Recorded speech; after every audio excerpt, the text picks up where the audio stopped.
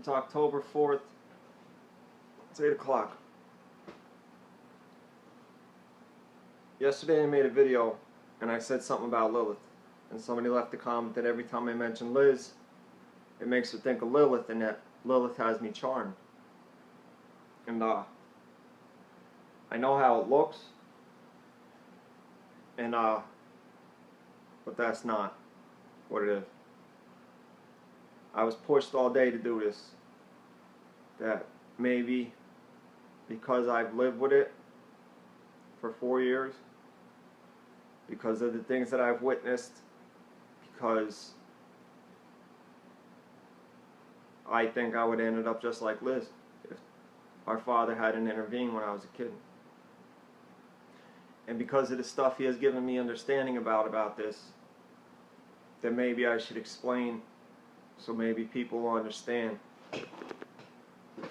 I don't love the Liz that has allowed my son to be hurt, that I am 95% sure sent my son home.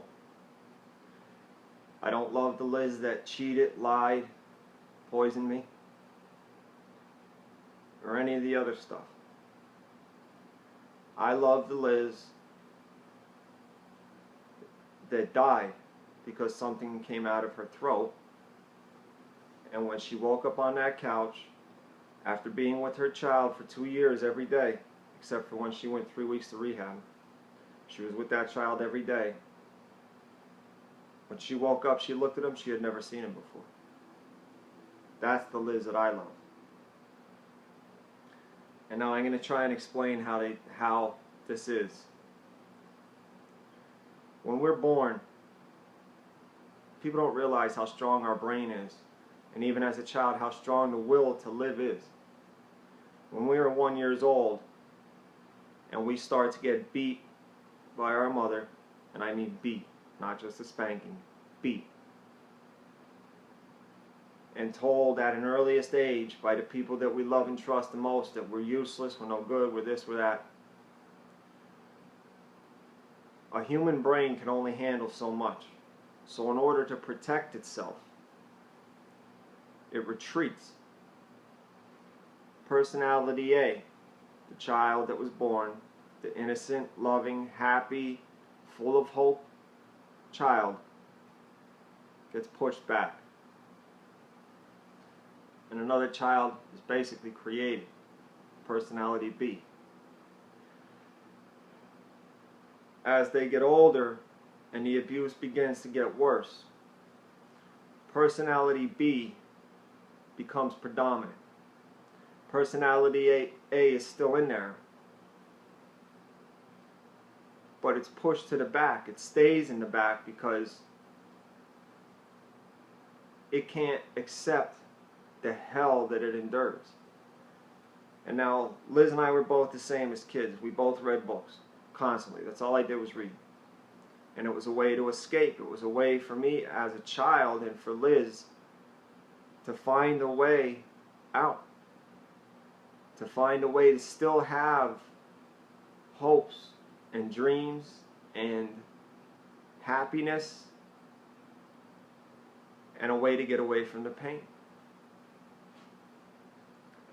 In Liz's case, let's not even say Liz, and a person who is a victim of MK Ultra and a cult in their case, as they get older, the abuse gets worse.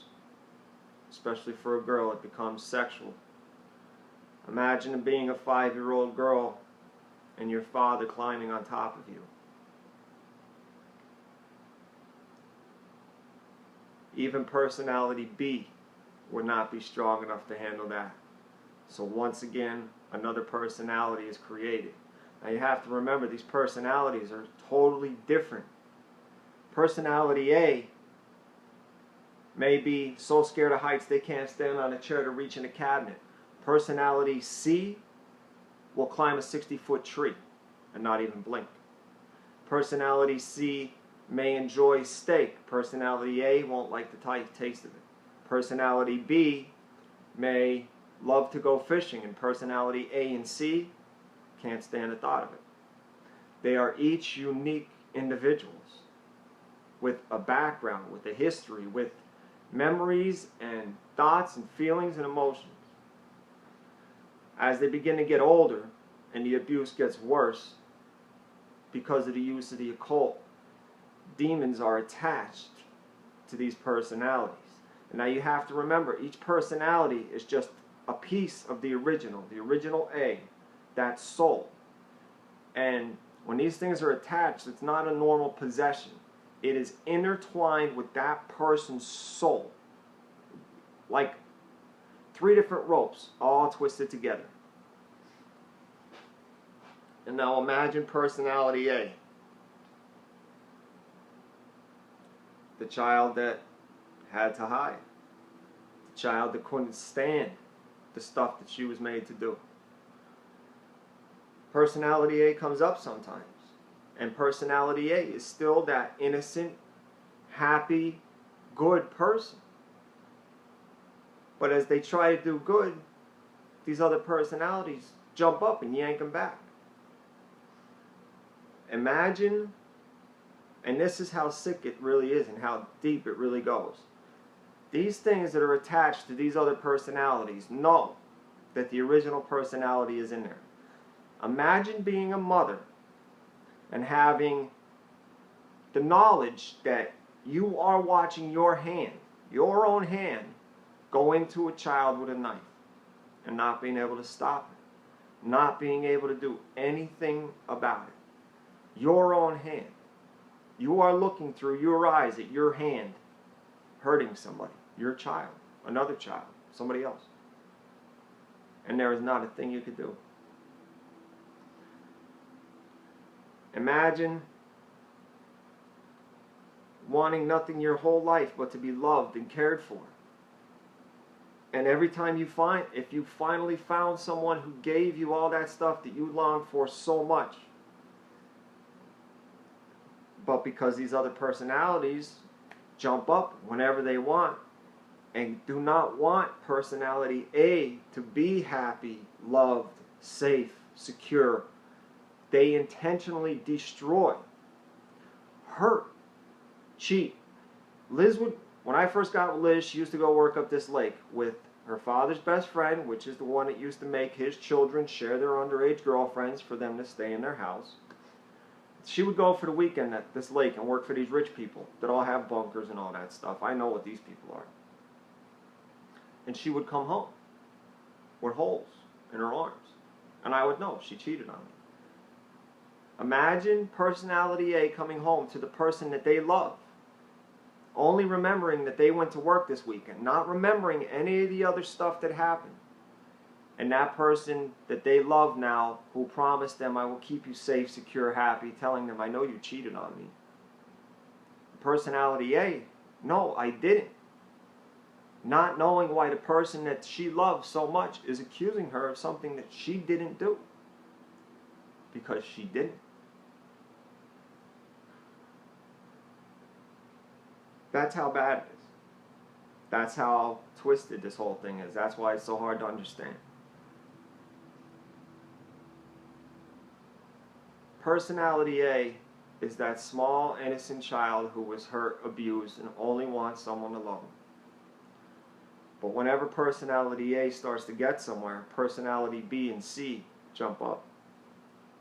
And now personality B or C could be a mixture of both. Or it could just be a separate, complete, and its own person. This is why she started a fight with me on June 21st. Said, I'm going to stay at my parents' house because David's staying here. Hung up the phone after she told me my mother doesn't want me to go out of the house. She wants to lock the doors because Jimmy. She hung up the phone, left the house, and took her child home. Her youngest son. I said, well, why didn't you just take Eli with you and come home? Because she had to. She had no idea why she needed to stay there. But personality B had to. Personality B was telling her, you need to stay here tonight. Personality A or C or D had no idea why. All she knew was that she had to. And then that's the day I asked my son, what did you and Mommy do last night? She said, we went over Caden's. I said, what did you and Caden do? Were you playing? Caden's mommy was mad at him. He was sleeping. I said, well, what did you and mommy and Caden's mommy do? I got to poop, and shit his pants. That is the day that she spoke to me in a southern accent for 45 minutes. That is the day that she got on a Ferris wheel. Because personality C was up. Personality C was the one that did everything the night before. Personality A had to sit there and watch while children were hurt, while she lied to her husband. Personality A is a prisoner who has absolutely no understanding why. Personality A could do something on Monday, and then the next thing you know, it's Thursday. And she has vague memories of the past 2 days, but personality A went away on Monday, and personality B, C, or D was running everything for 3 days. That's why personality A will say, it's Tuesday? Really? And it's Friday. Or, it's Monday, right? No, it's Thursday. I do not love, and I am not charmed. Maybe for the first year I was, because I didn't realize what I was dealing with. They used personality C, used parts of personality A, and the other personalities to get me to fall in love. Knowing that that's all the personality A wants. And then once personality A and I were in love, personality B and C would cause personality A to cheat, to lie, to get high, to hurt the kid, to do all the other stuff. Personality A is in there, surrounded, being tortured 24 hours a day and has no idea why. Personality A has no idea why I accused her of anything I've accused her of, because personality A doesn't even realize that it happened. Or maybe it's worse than that. Personality A doesn't even get to come out. Personality B, and then C and D. C, personality A is the original Liz. Personality B is the one that deals with the world, who is the mother, the wife, and all that other stuff. Personality C is D are the ones that force, that do all the bad stuff. Personality A woke up on that couch from dead because I said Jesus Christ loves you and He forgives you. That is who I love. That is who I will do anything in the world to save. It's not fair. Imagine going through your whole life. Imagine giving birth to a child and having to sit and watch while he is taken upstairs by your father so you could get drugged. Personality A would never do that. Personality A breaks every time it happens. Personality A wants nothing more than to be free. But after 30-some years and multiple abhorrent acts, being hurt, cheated, lied, all of it, personality A is lost.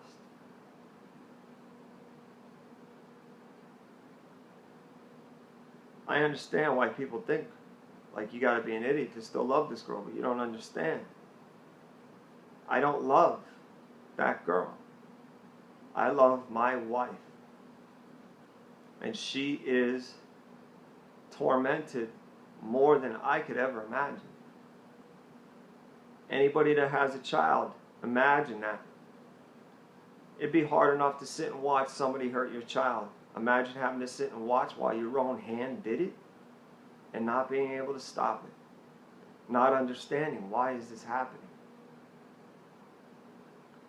Those things are live entities that enjoy torturing and hurting the host. And that host is still in there. That's why she died, because God had to intervene. That wasn't like a normal deliverance, man. She died because these things intertwine with the person's soul. They become a part of this person. It's different than possession. Alright, I'm done. I love you. I hope that helped somebody understand something. God bless.